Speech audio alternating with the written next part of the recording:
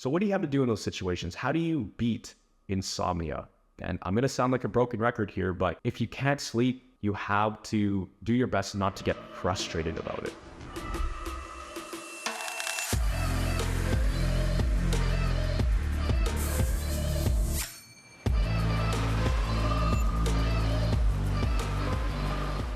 How's it going, guys? Miguel here with CFS Recovery. In this video, I'm going to be talking about how to deal with insomnia when you're going through recovery. Now, insomnia is super common. I went through years and years of insomnia myself, and it's interesting actually, before I even got CFS and had all these crazy symptoms, even when I was still functional and going to school and working out, I actually dealt with some pretty bad insomnia. I think from the ages of 5 or 6, I could just rarely fall asleep. I remember being in daycare and all the kids around me were able to sleep like that in 5 seconds. And here I was staring at the ceilings, playing with the pillows and blankets, and I just could not sleep. I feel like I've always had that kind of wired feeling in me. There were times when I could sleep, and most of what I remember growing up, I just had sleeping issues. And now, if you're new to my channel, my name is Miguel, and I've recovered from my hypersensitive nervous system issues at my worst. Just to paint a picture for you, I was hospitalized,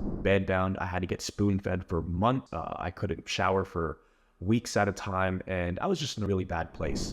My entire journey with this illness was about 4.5, just under 5 years. I had seen 25 to 30, I can't even count, doctors, specialists, tried multiple treatments, and the only thing that really helped me was neuroplasticity training, basically brain rewiring, that a doctor showed me when I was at my absolute worst. Today, I live a life of thriving health. I can exercise, I could travel, I could work full time. So essentially, I have been through the absolute worst parts, the deepest trenches of this CFS illness, and I've come out the other side in one piece, right? And I help people just like yourself get over that hurdle and overcome this challenge as well. So back to what I was talking about, insomnia. This is something that can really start to frustrate people and keep them in that cycle of having a heightened nervous system. Now, we have to go back to the principles of recovery.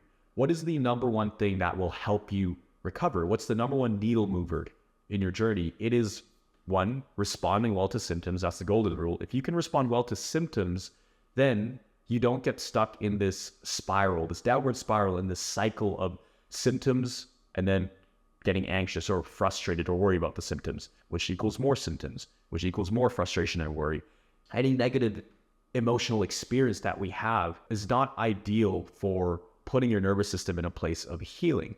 What we're trying to do is shift you more from a place of fight or flight to a place of rest and digest. What we're really trying to do is get you grounded and get your nervous system back into a balanced place, because right now it's very wired. Now, when it comes to sleep, with everybody we work with, we typically see people who are very tired, very run down throughout the day, especially in the morning. Mornings seem to be most people's worst parts of the day. And it's interesting, as the day goes on, they actually feel better and better, to the point where nighttime rolls around and it's 9, 10, 11 p.m. And now they have all this energy. They feel a little bit more normal. So the whole thinking behind that is, wow, this is the few hours of the day I feel kind of decent. Let me actually enjoy it. So they end up staying late, really to cash in on that decent energy feeling they have, because they waited all day. And just when they're starting to feel a bit better, it's like, okay, it's time to shut it down or go to sleep. And people tend to stay up quite late. That's scenario one, where people stay up quite late. And scenario two is you'll wake up in the middle of the night, maybe with nocturnal panic attacks. Maybe you wake up because you have to go to the washroom, or for any reason whatsoever. Maybe your body doesn't allow you to sleep for more than 2 hours at a time. There was a time when every 2 to 3 hours I'd have to wake up and I'd have to eat something, because it felt like my blood sugar just completely crashed, right? And I needed to eat something within the next 30 seconds or it felt like I was going to pass out, even though I was sleeping. So that's another thing to, really take a look at. Just know that this is very common. It happens with nearly everybody at some point in their recovery. So what do you have to do in those situations? How do you beat insomnia? And I'm going to sound like a broken record here, but if you can't sleep, you have to do your best not to get frustrated about it, right? You don't want to start thinking about, okay, I can't sleep. How is this going to affect me tomorrow? Am I going to be a complete wreck tomorrow? Is this making me go backwards? Those thoughts don't serve you at all. If you can't sleep, you can't sleep. No need to put yourself in a deeper hole mentally and emotionally than you're already in, right? Your body is already stressed. That's why it can't sleep. So having the self-talk and the self-chatter going on, it really does nothing to alleviate the situation. In fact, it only makes it worse. So the best thing you can do is just lie there and close your eyes. Feel how soft the bed is. Roll over, change positions, hug the pillow, whatever you can do just to, try to keep your body physically rested, right? Insomnia, a lot of times we can be physically rested, but your mind feels like it's running 100 miles per hour. But at least if you're lying there, at least you're trying to give your body physical rest. At least your muscles are getting some kind of physical rest, right? And that's the best rest you can do in that moment.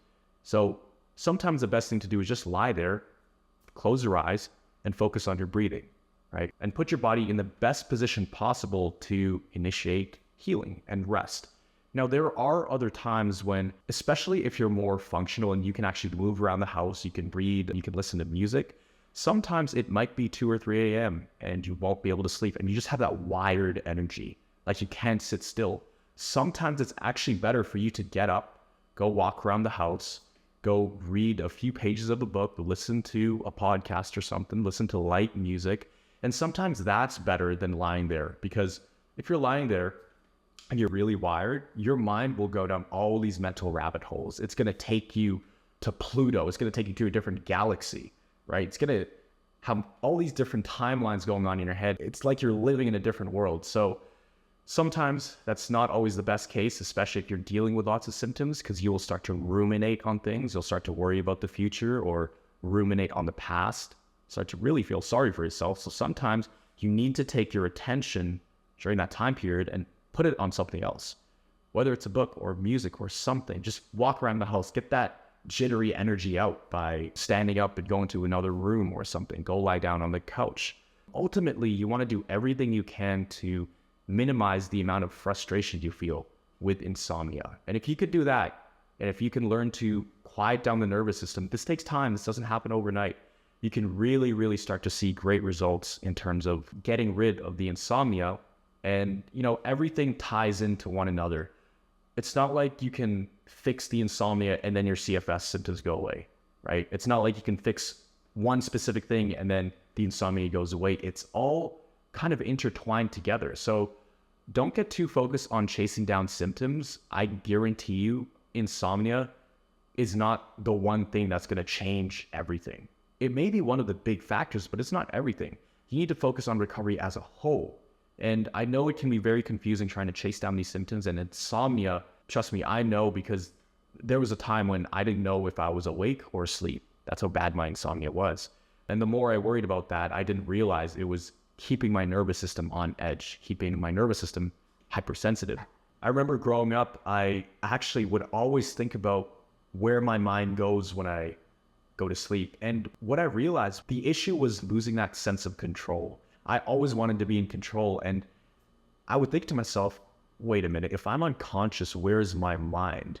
Like, I don't feel safe with my mind being out there wherever. And I know it's a crazy thought to have. I don't know if you've had this. Comment down below if you've had this. But that used to kind of worry me, especially when I was getting more and more sick, more and more debilitated, especially when I was bedridden. It was weird. I just was not thinking rationally, right? With all the symptoms going on, I could not stop thinking about that. Like, where does my mind go when I fall asleep? Oh, wait, that doesn't make sense. Like, am I dead? What's happening to my consciousness? What's happening to my spirit? No, okay, I don't trust this. I need some level of control. And I think from what I've experienced is it's the sense of loss of control that is scary when you're trying to sleep. I mean, what do you think is one of the last things you have control over with CFS, right? When you have these mysterious symptoms, especially if you're bedridden, it's really hard to let go of control, because that's the one thing you do have control over. You can't really control how much you walk. You can't control who you talk to. A lot of times you can't even control what you eat, how often you can go to the washroom, how often you can shower. You're kind of like robbed of all your freedoms, right? So the one thing you do have control over is your mind, at least to a certain degree. And it's hard to give up control of that. And that's how I perceived sleep. It's like, I'm giving up control. I don't know what's happening to my mind. And I was like, I need to hold on to my consciousness as much as possible because I was afraid to kind of lose myself. So interesting way of going about thinking about that. But that's what kept me up a lot of times. I was fearful of losing control. And I remember times when I'd be slowly falling asleep and my body would jolt itself awake, or my mind would like snap back on and I'd get a little bit of an adrenaline rush. And I was like, man, I almost had it, almost fell asleep. But nowadays I don't have any of that anymore. My head hits the pillow. I could be asleep within 5 to 10 minutes and I sleep like a baby, sleep straight through the night, right? And that's going to be you. That's coming. And your time will come when you can also sleep like a baby. Just know that, no matter how hopeless it seems right now. So when it comes to insomnia, just to recap all of this, 2 things you want to do here. Number 1 is sometimes you have to realize the best thing that you can do, the best play on the table, right, with the hand that you're dealt at that time, is just to lie down, close your eyes, and focus on your breathing. And that's the best rest that your body is going to get. That's scenario 1. Scenario 2 is if your mind is really wired and just racing and you can't seem to stop your thoughts. It's like a freight train that keeps going. Sometimes you need to actually get up and do something else. Step outside, get a breath of fresh air, right? If you can do that, that may be a good idea. Or walk around the house a little bit, right? Just go to the next room, change your environment, right? Something new for your brain. You need some kind of pattern interrupt a lot of times to get your brain off of that freight train trajectory that it's going in, right? Or you could listen to light music. You can read a book. Ideally, you don't want to open up social media and start scrolling, although that's the easiest thing that you could do, and it's the best distraction. It's not ideal for healing because that's going to get you even more wired. Then you really won't be able to sleep.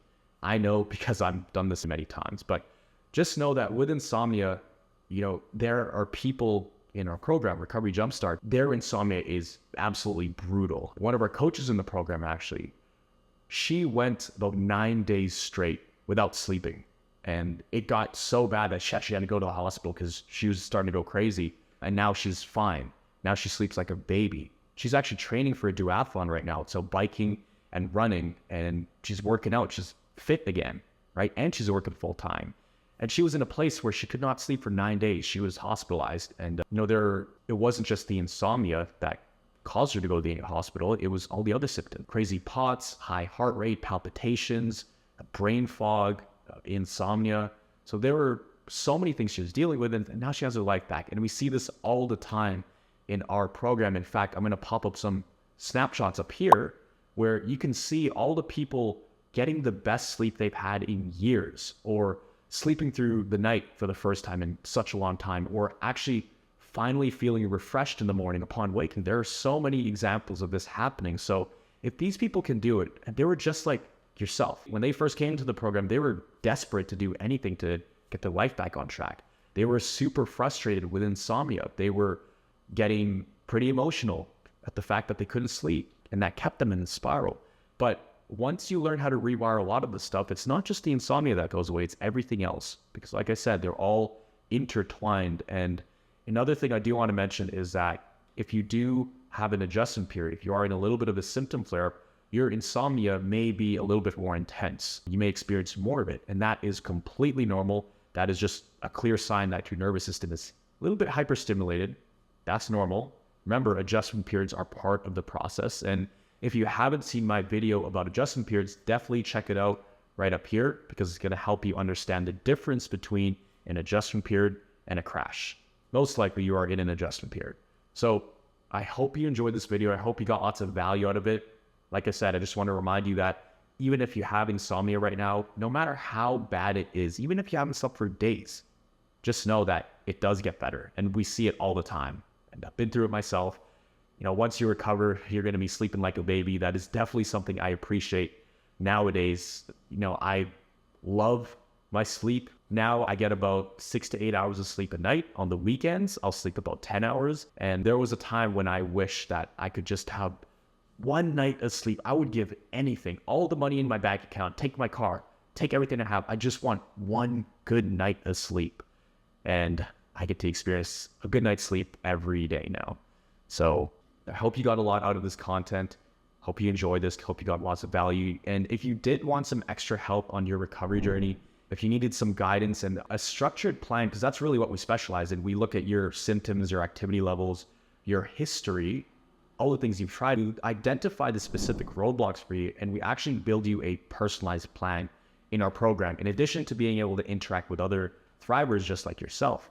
So if you were interested in that, just click the link down below. You can learn more about our program and everything we do to help people get unstuck.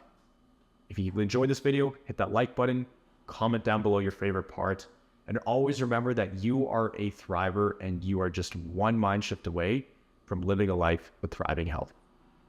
I'll see you in the next video.